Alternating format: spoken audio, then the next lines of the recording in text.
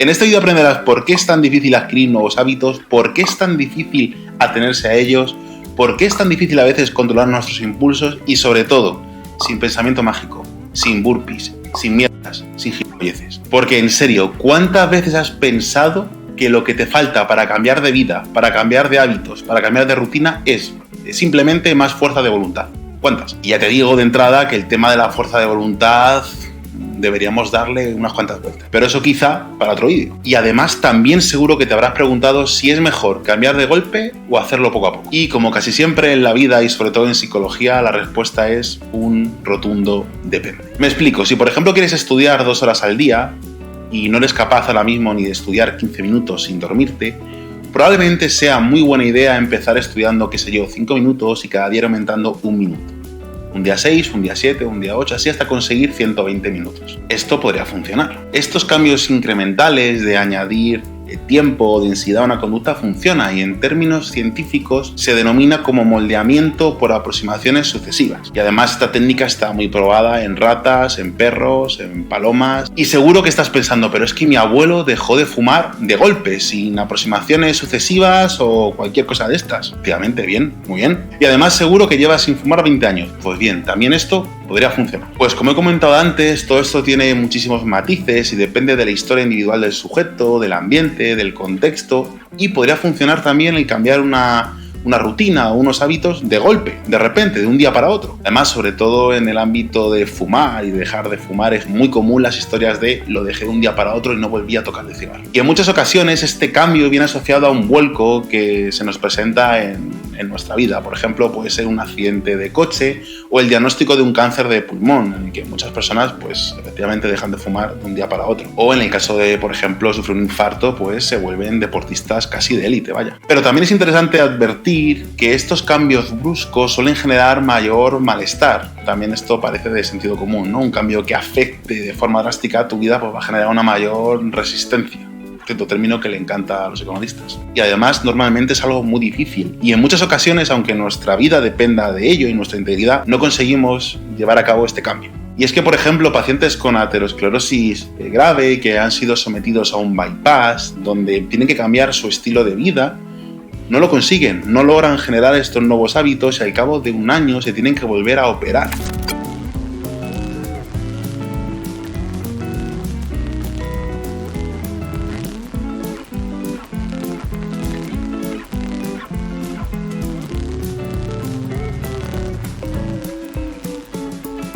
Y por ejemplo también en pacientes con diabetes, donde gran parte del éxito del tratamiento es adquirir y conservar esos hábitos relacionados con la alimentación.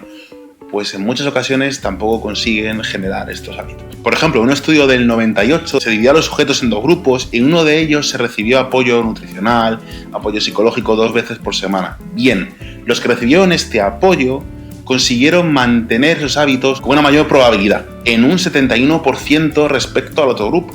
Casi nada. Y la explicación más evidente es que esas 2 sesiones a la semana, aparte de generar una especie de revisión donde la persona tiene que cumplir una serie de objetivos, es que tu contexto, tu entorno cambia. Eso al final es apoyo social y es en parte tu entorno ayudándote a conseguir tus objetivos, cuando normalmente el entorno tira para atrás tus logros o tu nueva adquisición de hábitos. Y en este estudio no vas a escuchar ni fuerza mental, ni fuerza de voluntad, ni el camino del guerrero, del estoico y de su puta madre, simplemente contexto y ambiente. Entonces aquí surge un gran problema.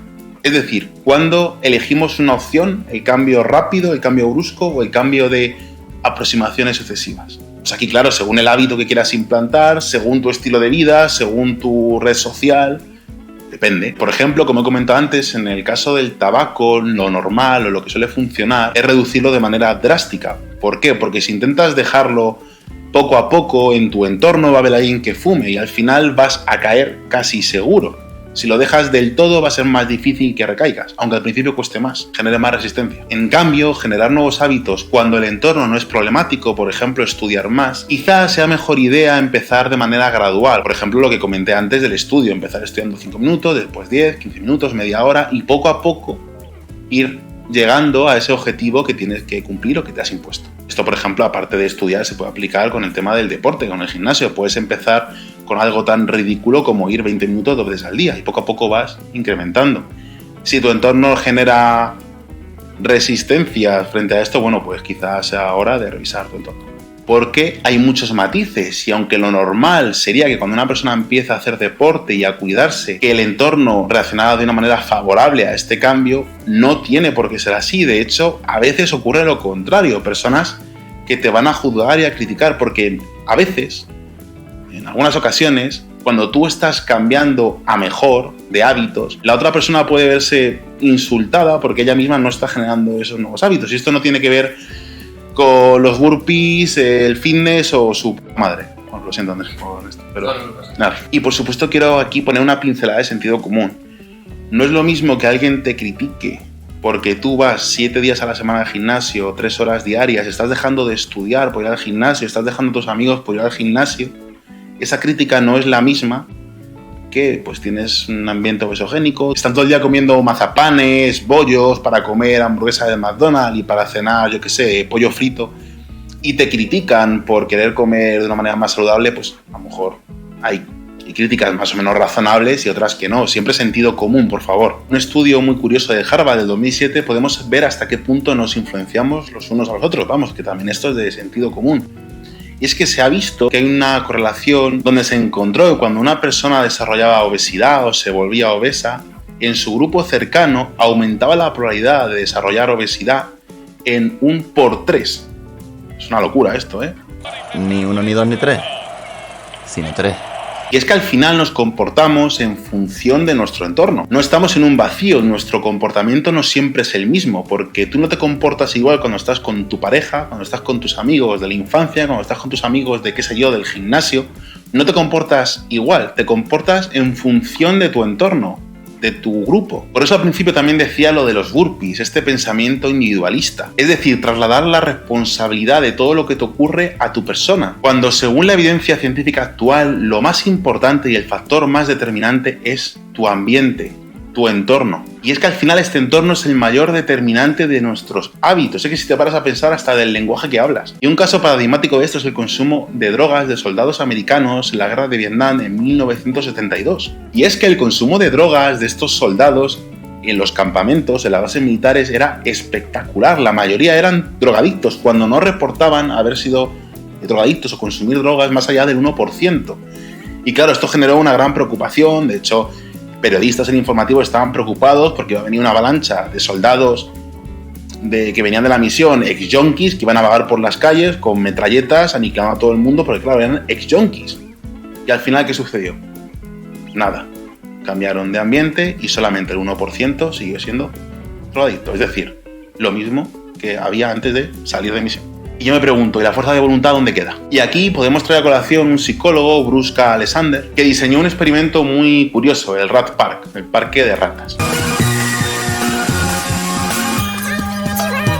Utilizaba ratas Wistar, que es una raza comúnmente muy usada en laboratorio, y las dividió en 2 grupos. En un grupo tendríamos a las ratas, digamos, más business, en hotel de 5 estrellas, donde había mucho enriquecimiento ambiental, podían relacionarse entre ellas, había multitud de túneles, de objetos para jugar, enriquecimiento ambiental, vaya. Y en el otro sería más parecido a una prisión, sería como la típica jaula de laboratorio, sin estímulos, sin nada que hacer y aburridas. Bien, en ambos grupos tenían 2 depósitos de agua, uno de agua sola y otro de agua con morfina, donde las ratas podían disfrutar a su placer cuando lo necesitaran o cuando quisieran. ¿Qué se vio? Pues que las ratas que tenían mayor estimulación ambiental, más cosas que hacer, otras ratas con las que jugar, con las que, pues, no sé, pues divertirse en modo rata, no lo sé, tendían a consumir muchísima menos morfina. De hecho, casi ninguna se volvía drogadicta, entendiéndose la palabra, en una rata, ¿no?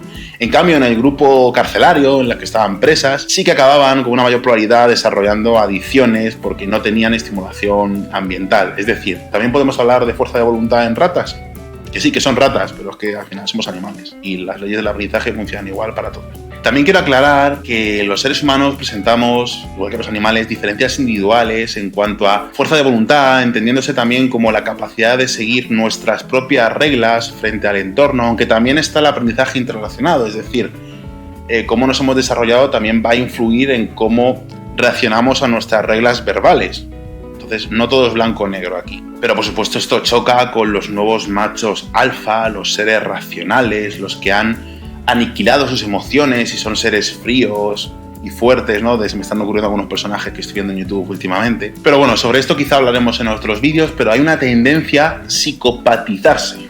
Que bueno, esto tiene delito también. Pero cuidado, que sí que podemos cambiar ciertas cosillas del entorno para favorecer nuestro cambio, nuestros nuevos hábitos. Y es que al final reaccionamos a las señales que envía nuestro contexto, pero es que también podemos modificar de alguna manera nuestro contexto. ¿Cómo afrontamos esto? A ver, porque no sé cómo...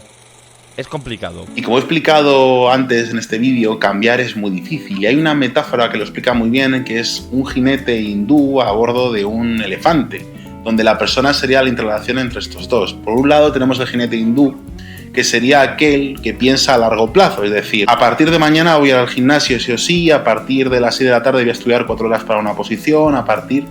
Y por otro lado tenemos el elefante, ¿no? Este bicho gigante, mamífero enorme, que se deja guiar por las emociones y por la rutina de no vas a estudiar y me voy a poner a jugar a la Play, no vas a ir al gimnasio porque está lloviendo. Entonces, claro, en esa metáfora podemos entender cómo cuesta tanto que el largo plazo, es decir, el pequeño jinete, sea capaz de dominar a ese pedazo de animal, el elefante. Quiero dejar claro que esto es una metáfora que puede servir para entender un poco cómo funcionamos, ¿vale? No hay un elefante ni un jinete hindú, ¿vale? Entonces podemos entender que esa fuerza de voluntad, sea lo que sea eso, sería el jinete.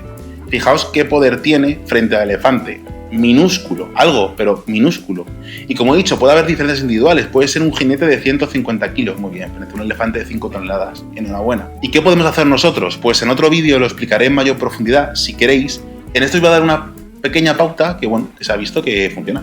Venga, una pincelada. Peter Goldwitzer, de la Universidad de Nueva York, diseñó una forma en la que podríamos anticipar una situación para responder de una manera más acorde a lo que nosotros queremos hacer. Es decir, poniendo bajo un disparador del contexto nuestro control de nuestro comportamiento, de nuestra conducta. En palabras llanas, por ejemplo, si quieres empezar al gimnasio, no vale con decir quiero empezar a ir al gimnasio, mañana voy al gimnasio, de una manera abstracta. No, recomienda que cojas un papel, un boli, un lápiz o lo que quieras y que escribas de manera detallada qué es lo que quieres hacer y cómo. A las 9 de la mañana voy a salir de casa, voy a tardar tanto, voy a entrar al gimnasio, voy a hacer estos 5 ejercicios con estas 5 series de cada ejercicio y voy a tardar aproximadamente 40 minutos. Si llueve no pasa nada porque tengo el paraguas aquí y lo cogeré. Y esto, eso que parece una chorrada, aumenta la probabilidad en hasta 3 veces de llevar a cabo esa conducta.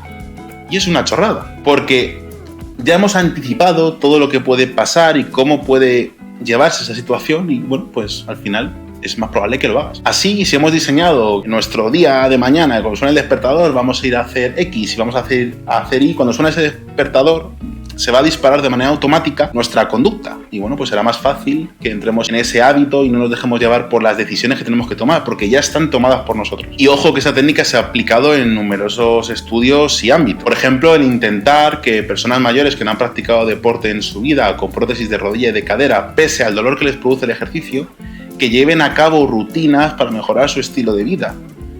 Vemos que puede marcar una tontería, una diferencia muy importante. Pero en otro vídeo profundizaremos más en cómo conseguir mantener los nuevos hábitos que nos propongamos. Esto simplemente es una pincelada. Por cierto, en vista de los comentarios que dejasteis en el anterior vídeo, en el pensamiento mágico y el cáncer, donde os preguntábamos cuánto queríais que duraran los vídeos de YouTube, pues como había opiniones muy diversas, vamos a continuar como hasta ahora, vídeos desde los 5 minutos hasta la hora. Así que muchas gracias por vuestras opiniones, nos vemos.